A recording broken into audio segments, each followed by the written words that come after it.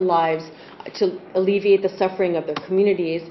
They're located around the world. We have about 24 peacemakers that we're working with right now. I think about 4 were just identified in the last couple of years, just joined on, and their stories will be in a future publication. Their case studies in the book are based on years of research and interviews with each of the peacemakers, and an analysis of their techniques and their methodologies in religious peacemaking, and the lessons that we can learn from them, which I'll get to in just a moment. But most likely, you haven't heard about these individuals that are featured in the book. They are very often unrecognized. They're not getting the recognition that they need. They're behind the headlines on religious extremism. They're not covered by the news, but they're very often carrying some of the answers that we need to resolve some of those conflicts. Here's a picture of most of them when we convened them last year here in New York for one of our working retreats, in which we had some training and collaboration with the peacemakers. They're with the Dalai Lama. We were able to arrange it so that it coincided with the Dalai Lama's convening of his Peace Council. And so we were able to have some joint sessions with them.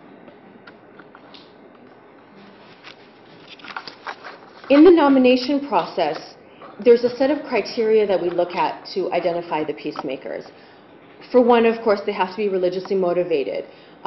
In a world in which we're increasingly hearing about religiously fueled violence, we want to focus on those individuals who are practicing religiously based peacemaking.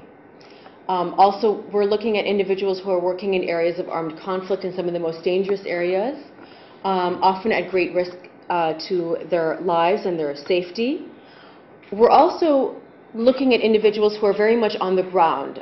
They're at the grassroots level.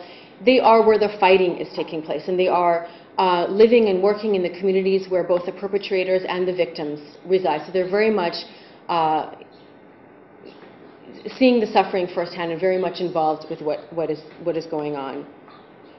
And again, they're relatively unknown for their work. They're not featured in the headlines, and that's exactly why we focus on them, because we believe that they must receive this recognition. There's much that we can learn from them.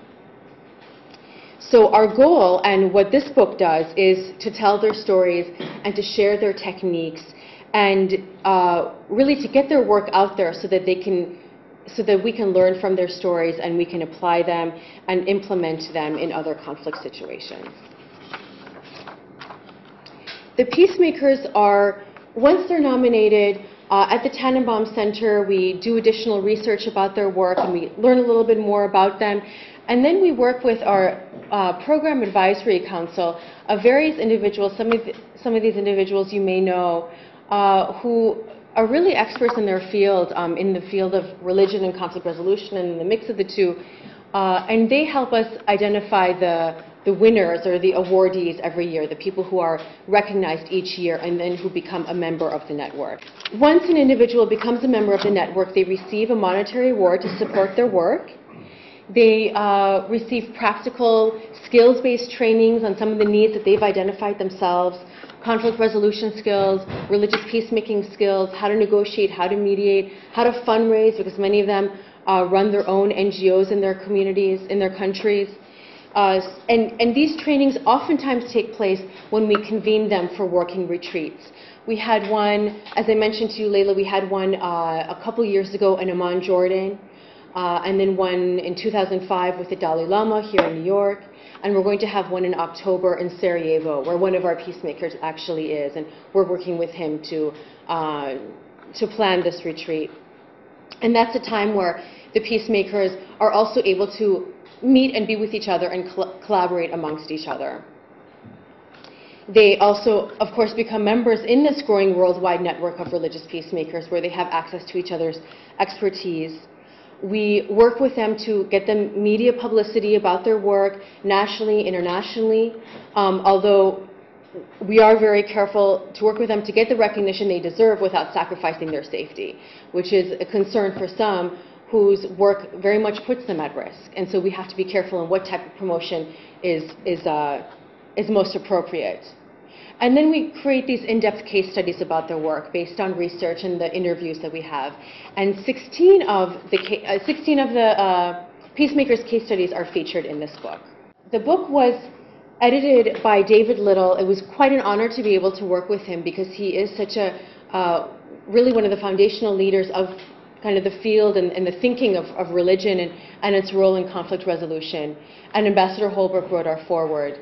And the co-authors are a number of people at the Tannenbaum Center. It was really a collaborative effort over, I guess, 4 or 5 years of collecting this information. Joyce Dubenski, our Executive Vice President, is one co-author. I am as well as a couple others at the Tannenbaum Center. Our thesis is really that religious peacemakers play a significant role in Track 2 citizen diplomacy, and their stories have much to offer us on what individuals like them can do in resolving conflict, and specifically also what diplomats, how they strengthen the efforts of diplomats and secular counterparts, how they can be ideal partners in certain situations in areas of conflict. Who is the book for? Well, for one, as I mentioned before, it's for students, it's for scholars. It's, the book provides many lessons. It's also very interdisciplinary because peacemaking is certainly very interdisciplinary. It takes lessons from economics and economic development to social work, of course to religion and so on. The book is also for diplomats, policymakers, and religious leaders on what these peacemakers can offer that may be lacking right now in official diplomacy. But also, it's been told by us, and it's only been available for a couple months now, but the feedback that we've gotten is that it's very accessible, it's very readable, and so it's very appropriate for the general audience as well. And really, I mean, ultimately, it's a series of stories about their work, and so these stories are very interesting, they are very inspirational, but they also within them carry very serious and thought-provoking lessons as well. So what are the findings? What do we talk about in the book? Well, one thing we found as we got to know these peacemakers through our work with them and in writing their case studies is that they have certain qualities that set them apart and make them particularly unique and effective in their communities. This can oftentimes be overlooked when conflict resolution is seen as only secular, or when religion is immediately assumed to be a negative force in conflict.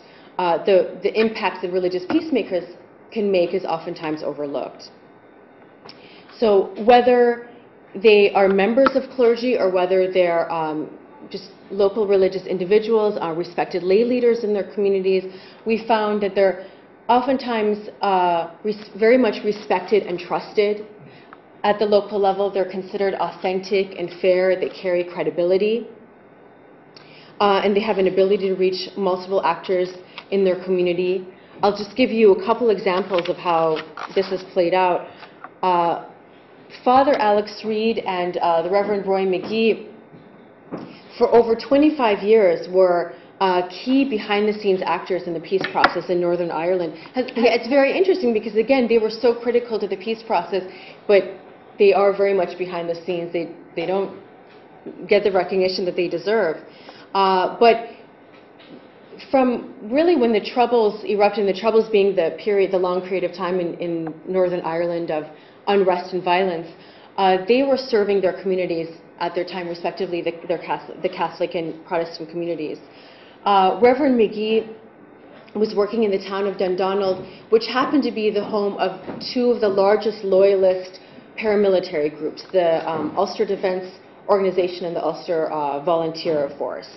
And the Ulster Defence Association leader, the UDA leader, actually approached Reverend McGee many times asking him to speak to his men. And he gladly did, and he would go and just talk with them about anything that was on their minds, sometimes about spiritual matters, oftentimes not. Oftentimes it would be about their children, the neighborhood, and then sometimes it would be about more serious matters. What's the legacy that they want to leave their children?